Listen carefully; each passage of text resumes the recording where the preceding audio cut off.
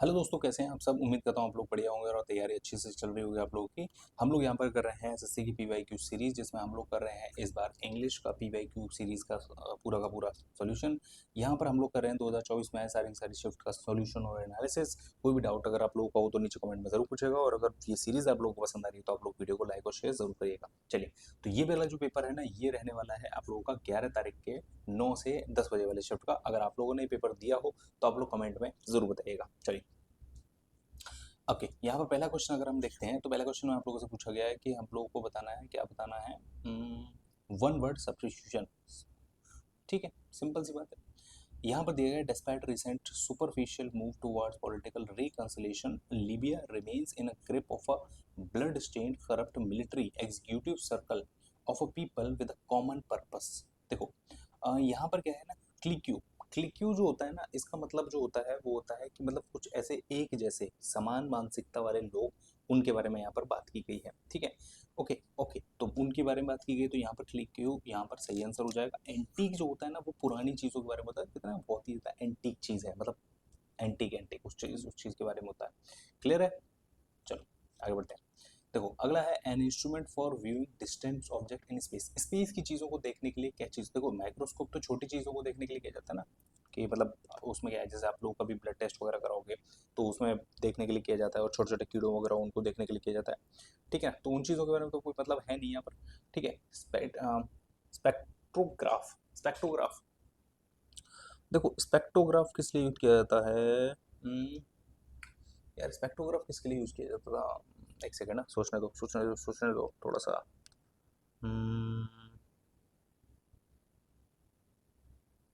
Spectrograph use किया जाता है जैसे जब आप लोग लाइट वगैरह होता है ना, जैसे मतलब एक्सपेरिमेंट करते हैं, प्रिज्म वगैरह होता है ना, तो वो प्रिज्म से टकरा के प्रकाश कभी इधर दौड़ता है, कभी लाइट इधर जाती है, तो उन सब चीज़ों को नापने के लिए इसका यूज किया जाता है स्पेक्ट्रोग्राफ का। ठीक है, टेलीस्कोप का यूज किया जाता है, आप लोगों को पता होगा कि टेलीस्कोप का दूर दराज जो ग्रह हैं, प्लेनेट हैं, सन को उनको स्टडी करने के लिए। बाइनोकुलर भी दूर की चीज़ों को देखने के लिए किया जाता है, लेकिन ये बेसिकली नॉर्मल यूज में काम आता है। ठीक है ना, तो ये चीज़ है। अगला स्पेलिंग एरर चेक करना है, तो देखो अपस्टेयर्स का देखना है, अपस्टेयर्स का स्पेलिंग गलत है, यहाँ पर ई नहीं होता है।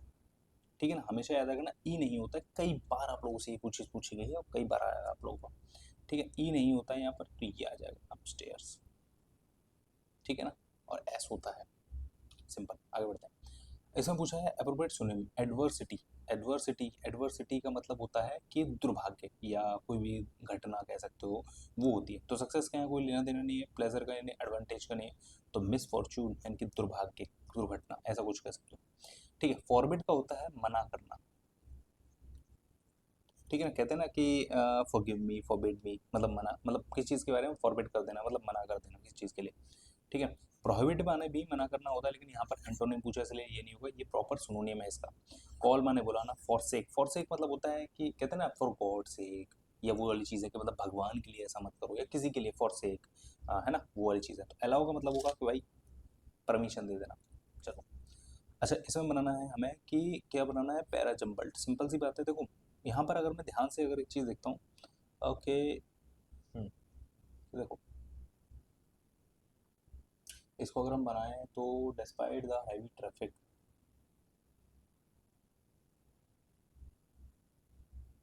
देखो, ये कुछ कुछ मतलब, देखो जब भी पैरा जम्बल बनाओ ना, तो आप लोग ना इनमें कनेक्ट करके देखा करो। देखो, यहाँ पर अगर मैं देखता हूँ तो ये बन रहा है, while the employees were late. ठीक है, the boss arrived at the time, मतलब मेरे पास जो बन रहा है ना, वो बन रहा है कि सी का बी से बन रहा है और ए का ई से बन रहा है। तो पहले बॉस आया, बाद में ये लोग आए, तो सी बी ए ई, तो ये तो बन ही रहा है मेरा। क्या इसमें सी बी ए ई, इसमें नहीं है, इसमें भी नहीं, इसमें है, तो यही बन जाएगा, तो डी पहले लगा दूंगा, सिंपल सी बात है। अगला पूछा है हमें किस, क्या बताना है इसमें, सब्स्टिट्यूशन। ठीक है, यह Charlie Darwin is renowned for his book on evolution on the origin of species which laid down a treasure of substantiation. ठीक है, the evolution occurs and projects a mechanism that is natural selection of for how it does so. कमाल की चीज़ है, समझ में नहीं आया वो, लेकिन कमाल के, सुन के अच्छा लगा। देखो मेरे को समझ में भी आया। अच्छा देखो, यहाँ पर जो बता रहा है ना, कि ये बोल रहा है कि चार्ल्स डार्विन की जो एक मतलब रिनाउंड बुक है एक, कि on the origin of species. ठीक है ना, वो हमें बताती है जो ट्रेजर है ऑफ सब्सटेंशन का। अच्छा देखो, यहाँ पर जो लेट लेट डाउन है ना, ये होता है ले डाउन। ले डाउन मतलब होता है किस चीज़ को आपसे कहा जाता है ना, ले डाउन, डॉक्टर कहता है ले डाउन, अब आपको इंजेक्शन लगेगा या आपका चेकअप होगा, वो वाली चीज़ है।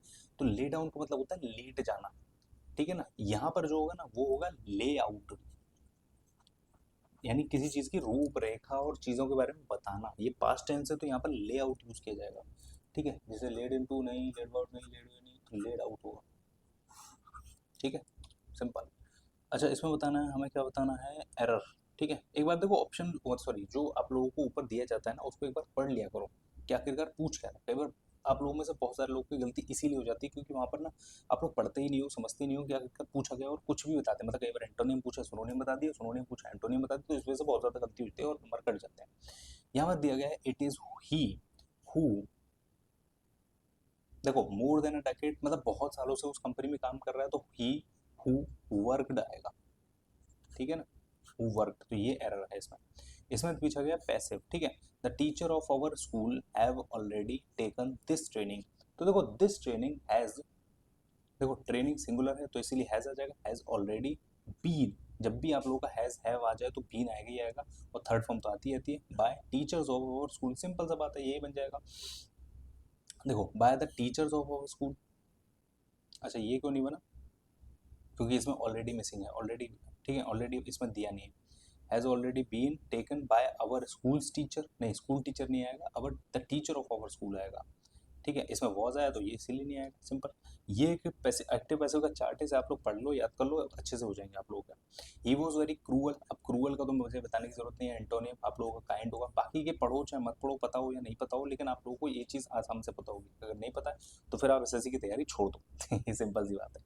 अच्छा, इसमें अगर मैं देखता हूँ तो देखो, अगर मैं देखो इसमें थोड़ा सा दिमाग लगाता हूँ, क्या यहाँ से मैं शुरू कर सकता हूँ, his friends who used to give, नहीं, यानी हिज फ्रेंड से तो कोई रहा होगा ना, ही रहा होगा, टू से शुरू नहीं होगा, टू हिज ऑफिस, किसका ऑफिस पता नहीं, हिम, ठीक हो, ये ऑब्जेक्ट है तो सब्जेक्ट चाहिए, नेवर लर्न तो ये भी नहीं होगा, तो यानी कुल मिला के ए से शुरू करना है, और ए से शुरू करने वाला एक यही है, तो यही आप लोगों का आंसर हो जाए। देखो स्मार्ट वर्क इसी को कहते हैं, मैं ना तो पूरा का पूरा देखो सेंटेंस बनाया, ना तो पूरा का पूरा कुछ बनाया, लेकिन मैंने आंसर लगा दिया, simple. Ravi will play the match will be played by Ravi, simple है, एक्टिव पैसिव, कोई लॉजिक मतलब बहुत ज़्यादा बड़ी बात नहीं। Our legal system must frame proper legal rules for juvenile, juvenile कहते हैं नाबालिग को, मतलब जिनकी उम्र 18 साल से कम है, जैसे कहते हैं ना जुवेनाइल है, मतलब इनको जुवेनाइल होम भेज दिया गया है, या जुवेनाइल जस्टिस बोर्ड होता है, कि मतलब जो नाबालिग है ना उनके बारे में बात की जाती है, नाबालिग जो अपराध करते हैं उनके लिए जुवेनाइल जेल होती है, तो उसके लिए तो जुवेनाइल होता है कि मतलब, और ठीक है। और यहाँ पर पूछ रहा है कन सब्स्टिट्यूट, यानी कि एक सुनोनियम पूछ रहा है, तो सुनोनियम यंग होगा, देखो सीनियल भी ओल्ड एज, ओल्ड पर्सन के लिए यूज किया जाता है, डॉटेज भी ओल्ड एज पर्सन के लिए यूज किया जाता है, और ओल्ड तो है ही old, simple. The doctor tried very hard to save his mother but they were unsuccessful, आपको बताना इडियम, ट्राइड वेरी हार्ड का, देखो फेस द म्यूजिक का कुछ बन रही ना, ड्रू द लाइन का कुछ बन नहीं रहा, rain like a clock moved earth, heaven and earth, देखो यानी कि आप लोगों ने सुना होगा ना कि यार उसने आकाश पाताल एक कर दिया, पूरी मेहनत की, पूरा प्रयास किया, तो उस चीज़ के बारे में बात हो रही है, तो यहाँ पर ये आंसर आ जाएगा, सिंपल।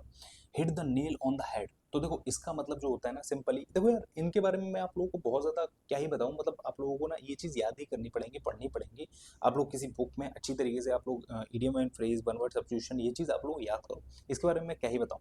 तो मतलब इसका मतलब होता है hit the nail on the head, मतलब इस चीज़ को एक्यूरेटली आइडेंटिफाई करना, एक्सप्लेन करना है, हिट करना एक्यूरेटली, तो दे हैव एक्यूरेटली आइडेंटिफाइड और एक्सप्लेन एंड समथिंग, ठीक है, तो ये होगा। The Windows violent banged during the storm yesterday, हमें बताना है एरर, सिंपल सी चीज़ है, हम इसमें एरर बता देंगे, ठीक है, कोई दिक्कत परेशानी वाली बात है ही नहीं। देखो द विंडोज, देखो वायलेंटली आएगा यहाँ पर, क्यों आएगा, ये है आपका वर्ब और ये है आपका एडजेक्टिव, ठीक है, एडजेक्टिव में एल वाई आता है, ठीक है, तो वायलेंटली आएगा, तो इसीलिए ये एरर है, सिंपल। अच्छा, हिज एक्विंटेंस, एक्विंटेंस मतलब होता है जानकार, जिनको आप जानते हो, with the author led to many fruitful collaboration, अच्छा इससे मतलब नहीं, हमें इनकरेक्टली स्पेलिंग बतानी है, तो देखो एक्विंटेंस की स्पेलिंग होती है ACQUIANTANCE, ठीक है, तो यही एक एप्लीकेशन है, सॉरी स्पेलिंग है, सॉरी, ठीक है। फैटिक, फैटिक का मतलब होता है कि कोई बहुत ज़्यादा आप लोगों ने पूरे दिन भर काम किया है, बहुत ज़्यादा आप लोग थक गए हो, तो ना उसके बारे में होता है फैटिक, फैटिक, ठीक है, इसका सिनोनिम बताना है तो होगा टायर्ड, ठीक है। चलो, she was over stung before her dance performance, देखो किसी भी डांस परफॉर्मेंस से पहले, जैसे आप लोग भी कह सकते हो ना कि I was over stung before my examination, तो इस चीज़ को कह सकते हो, तो उसका मतलब होता है नर्वस। देखो, अगर आप लोगों को ये नहीं भी पता ना, तो आप लोग ऑप्शन से भी कर सकते हो। देखो, चीयरफुल मतलब होता है उत्साह संपन्न, काफी ज्यादा खुश। काम मतलब होता है शांत। प्लेसिड मतलब होता है शांत। नर्वस मतलब होता है कि एकदम डरा हुआ है यार, क्या होगा क्या नहीं होगा, वाली चीज लगती है ना, वो वाली चीज है यहाँ पर। सिंपल। अगला है वन वर्ड सिचुएशन बताना है, ऑकवर्ड इन अ मोमेंट और मैनर। क्लमजी, क्लमजी मतलब होता है एक तरीके से कोई अनाड़ी व्यक्ति। क्लमजी होता है अनाड़ी, ठीक है। अनाड़ी मतलब जिसको बहुत ज्यादा नॉलेज नहीं है, बहुत ज्यादा ज्ञान नहीं है, बहुत ज्यादा प्रॉपर चीजें नहीं है, तो उसको बोला जाता है क्लमजी। क्लाउनिश होता है मूर्ख। इम्बैलेंस मतलब होता है जो बैलेंस नहीं कर पाता। अलर्ट मतलब होता है किसी चीज के बारे में जानकारी देना कि भाई अलर्ट हो जाओ, ठीक है, सिंपल। अच्छा, इसको पढ़ते हैं हम लोग। आजादी का अमृत महोत्सव इज एन इनिशिएटिव है। देखो, यहाँ पर आप लोग आसानी से लगा सकते हो कि इनिशिएटिव है by the government of India to celebrate the remember of 75 years of independence and the beautiful history of its people, culture and achievement. This Mahotsav is elated, refused, without नहीं आएगा, डेडिकेटेड आएगा। सिंपल लगा सकते हो, dedicated to the people of India who have not only been instrumental in bringing India this far is evolutionary journey, but also, देखो, but also clarifies, तो कुछ कर नहीं रहे ना, कंक्लूड नहीं कर रहे, ऑब्टेन नहीं कर रहे, पजेज कर रहे हैं, ठीक है।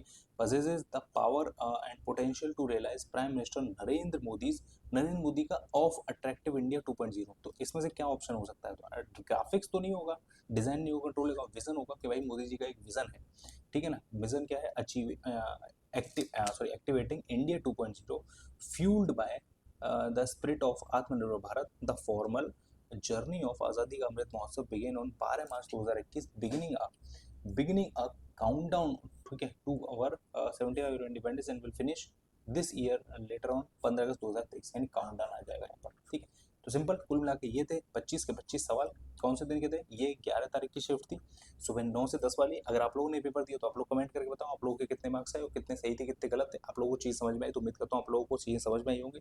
अगर समझ में आए तो वीडियो को लाइक एंड शेयर कर देना, चैनल पर नए हैं तो सब्सक्राइब जरूर करके जाना। Thanks so much for watching, मिलते हैं नेक्स्ट वीडियो में। Till then bye bye, take care.